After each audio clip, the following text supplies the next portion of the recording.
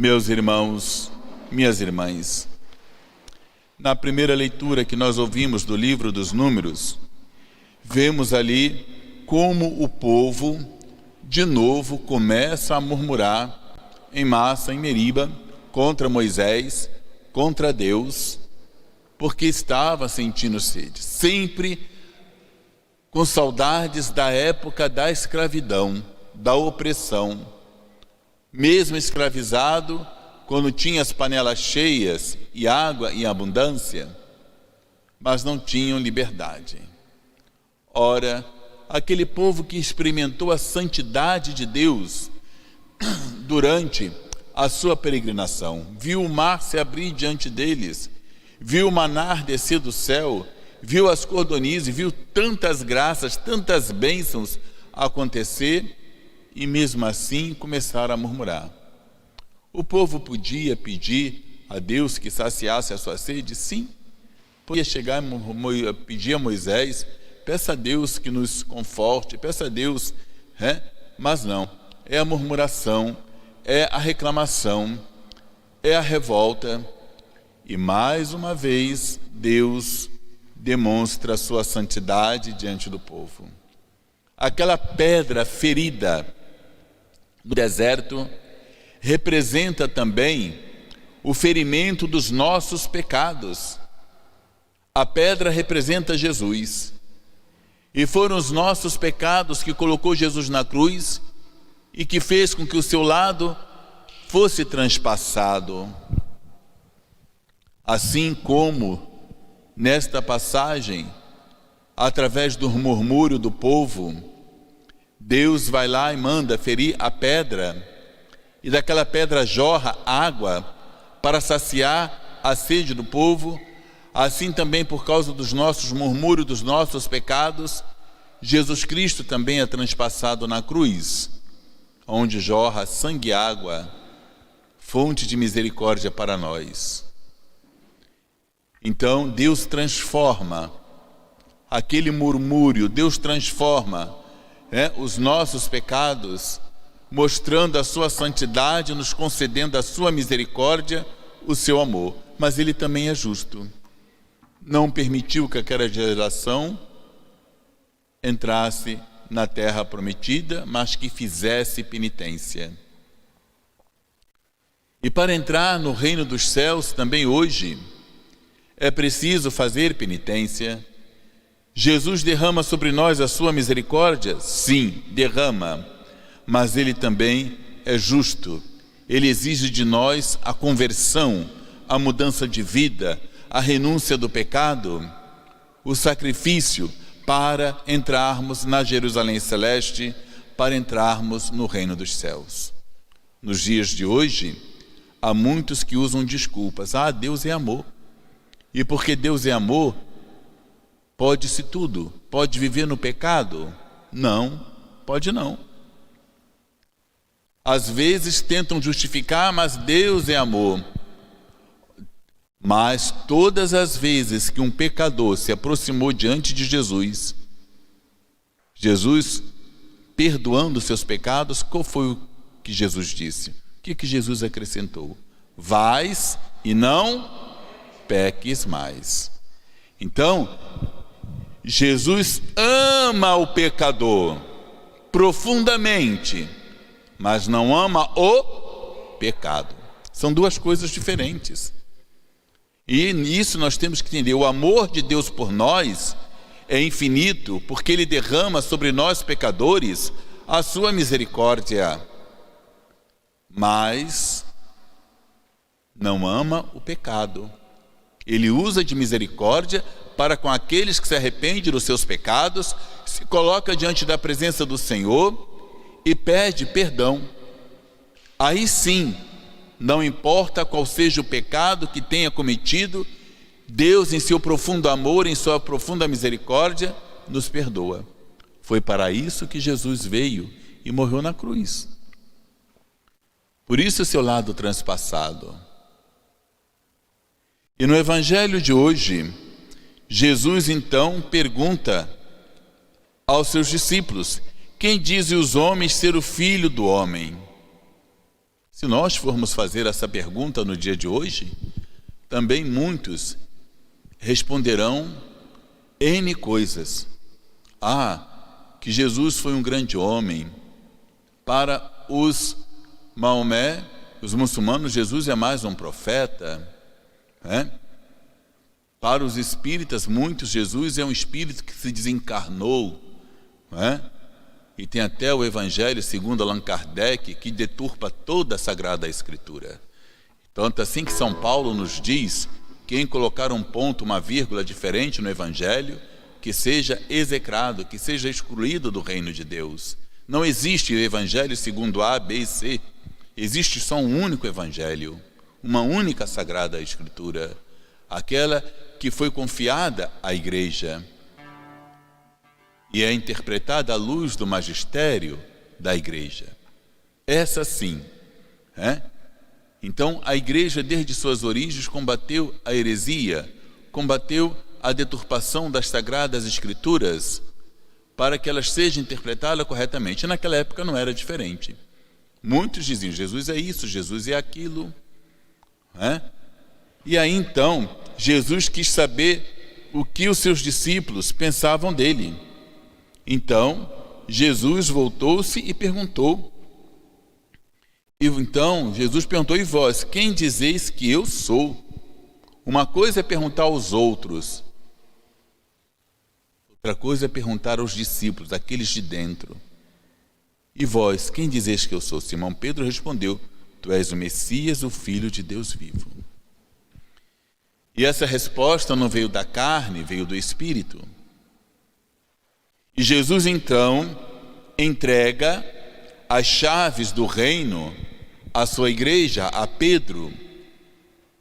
Tu és Pedro, sobre esta pedra edificarei a minha igreja.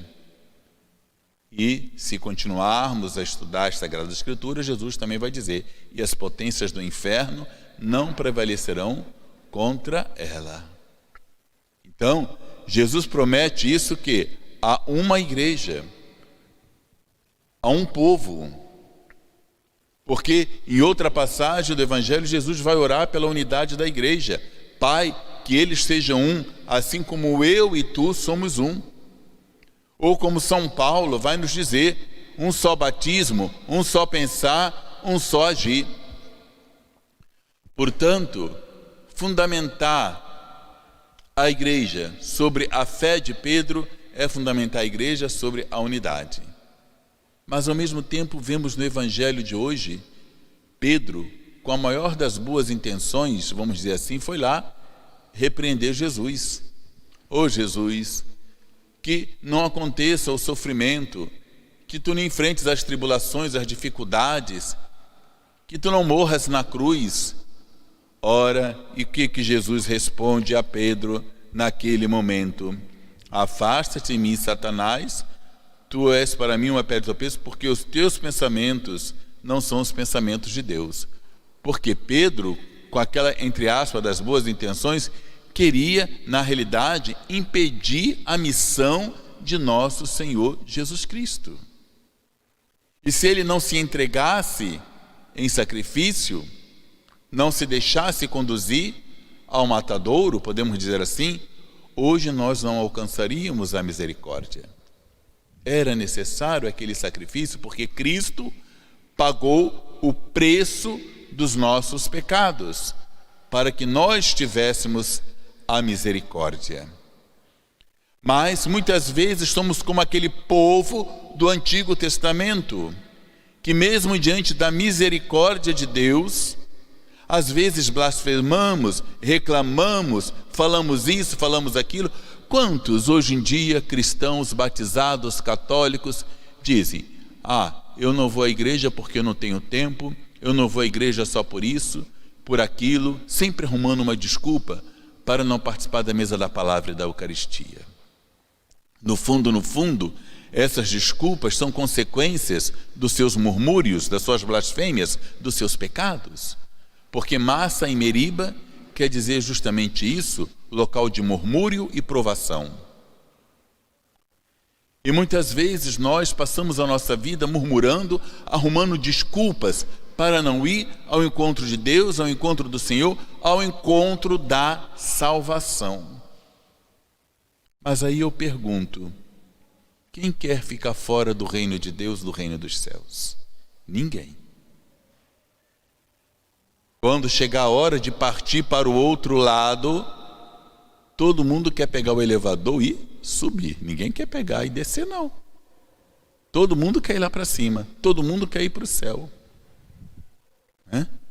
Mas, se eu não opto em viver em comunidade nesta vida com os irmãos, na comunidade de fé, igreja, buscando o alimento da palavra e da Eucaristia, a conversão, uma vida de santidade, de comunhão com Deus e com os irmãos, como eu posso entrar no céu, que é lugar santo, e me reunir com todos os santos no reino dos céus, se eu não me reúno com a igreja na terra, que é a prefiguração da comunidade no céu, que vai louvar a Deus por toda a eternidade? Porque a igreja quer dizer assembleia, quer dizer povo de Deus, que deve viver na unidade, na comunhão.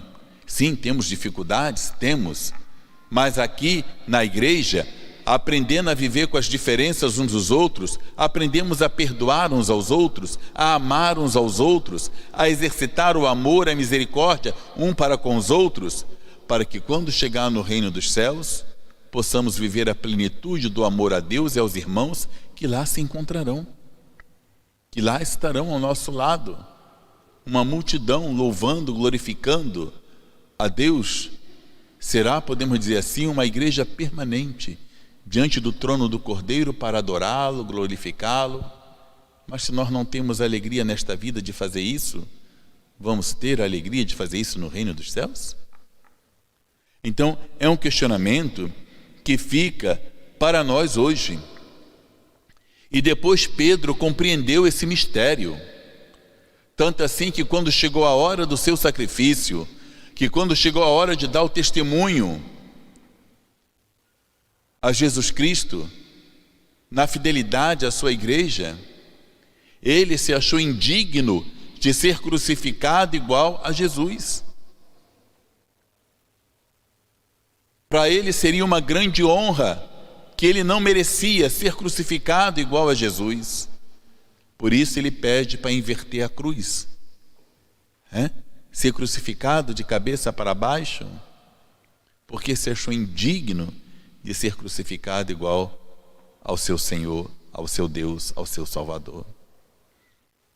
Então ali vemos o que? O testemunho, a fé de Pedro, aquele que Cristo confiou o governo da igreja e a seus sucessores, para conduzir o povo de Deus nesta travessia, neste deserto que é o mundo, enfrentando as dificuldades, as tribulações do dia a dia, as provações,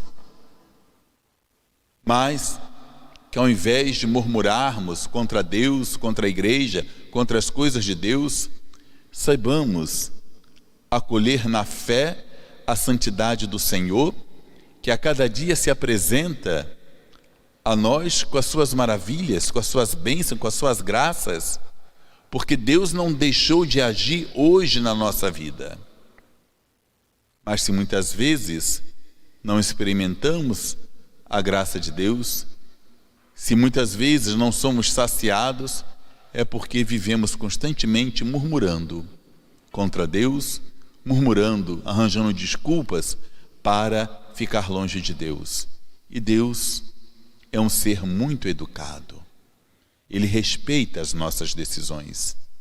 Ele respeita a nossa vontade. Se eu digo que não tenho tempo para Ele, se eu digo e arrumo desculpas para não ir ao encontro dele, na mesa da palavra e da Eucaristia, então também eu digo que não quero estar com Ele na vida eterna. Então devemos refletir muito sobre a nossa travessia nesta vida. Como está a nossa travessia? Queremos voltar à época da escravidão, do pecado, da escuridão, onde as coisas parecem cômodas, onde parece que tudo vai bem? Sim, porque quando o inimigo, nós estamos do lado do inimigo, ele não nos perturba não. parece que tudo vai bem. Mas quando a gente caminha para a liberdade, para o céu, vêm as provações, as dificuldades. Portanto, nessas provações, nessas dificuldades, devemos abrir o nosso coração para acolher a santidade de Deus, acolher o seu amor, acolher a sua misericórdia, confiar, ter fé nesse processo de caminhada.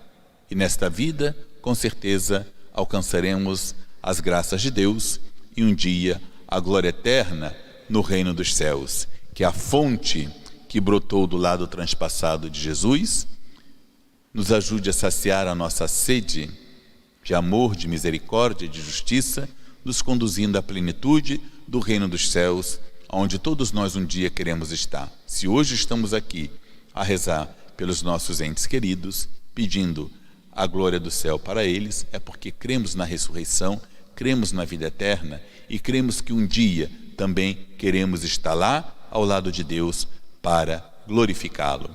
Então, nós, enquanto peregrinos aqui na terra, reflitamos: e se Deus me chamasse hoje, eu estaria preparado para ir ao seu encontro? Para entrar no céu? Então, é hora de deixar as desculpas de lado, as murmurações, e se voltar para o Senhor enquanto Ele se deixa encontrar, para que, gozando da misericórdia de Deus nesta vida, possamos gozar do reino dos céus, a Jerusalém celeste. Louvado seja o nosso Senhor Jesus Cristo. Para sempre seja louvado.